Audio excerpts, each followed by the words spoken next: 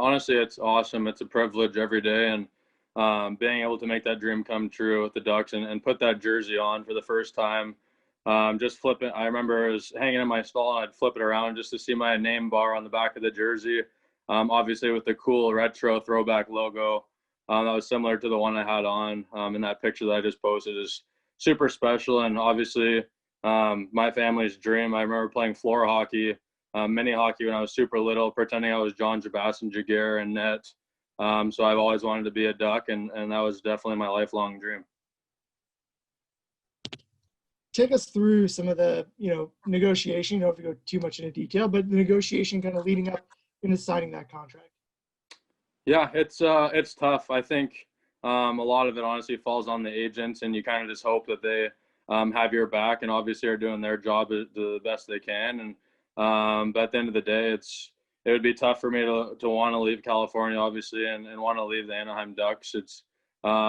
I remember telling them I don't think that anybody would want to be a Duck as bad as I do, considering it's something I've worked for and wanted since I was 3 years old. Like I said, playing mini hockey or playing roller hockey in the backyard, pretending I was scoring the big goal as a Duck, and to finally be able to have that dream come true, it's pretty much a no-brainer if that's an option for me to sign here. And I feel there's good opportunity at this organization as well. And like I was saying before, when I was in Winnipeg, they had a really, really good team, so it was tough to get many chances to earn a spot in the lineup there. Where it's tough in the NHL. It's every single team it's tough to fight for spots, but I'm willing to take that challenge and go against the odds and making the team and doing whatever I can.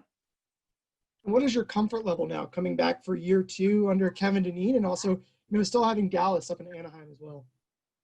Yeah, I think it's comfort level, but at the same time, I think you can never really get comfortable. I think that's when things go south, is when you start to get comfortable and too confident. And it's definitely important to be a little bit comfortable and confident, but at the same time, you're better off being on your toes and being on the edge, and knowing you're replaceable and knowing other guys are replaceable.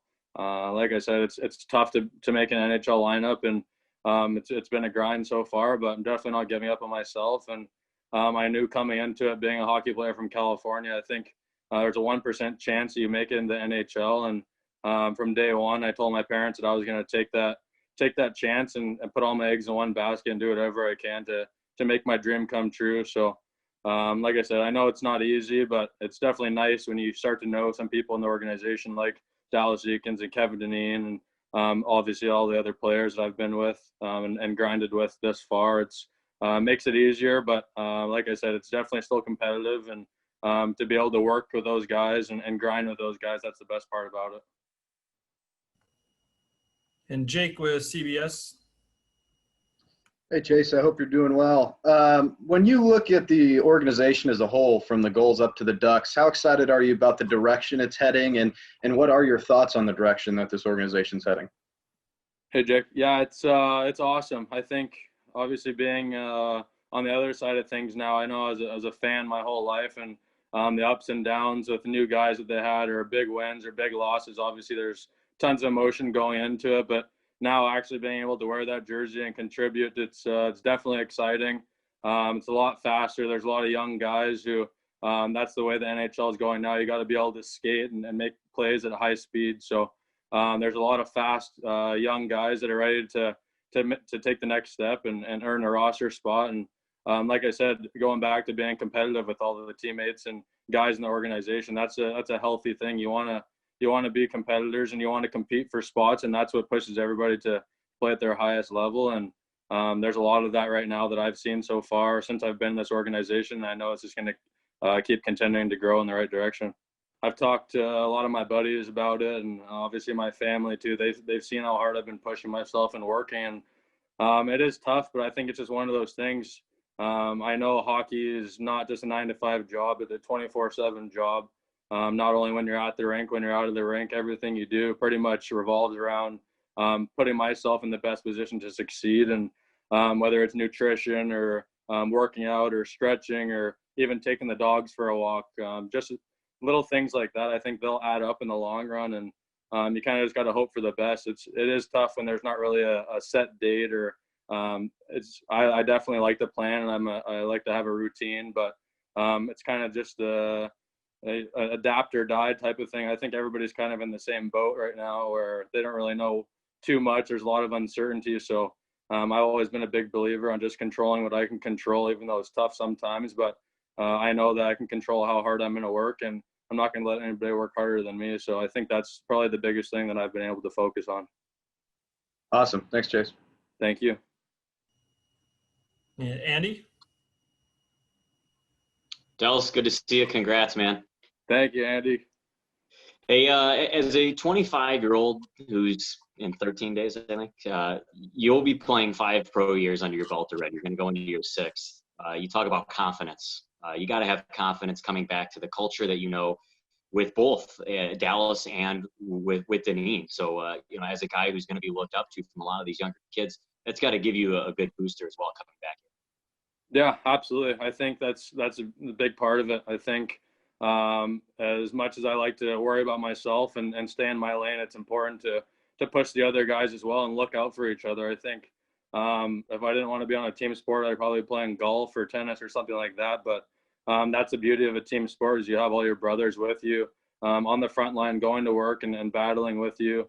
Those tough practices and those tough games if there's back-to-backs, and honestly it's a privilege and an honor to be able to play hockey for a living. We're athletes are definitely fortunate, and we're lucky to be able to do what we love and get paid to do what we love.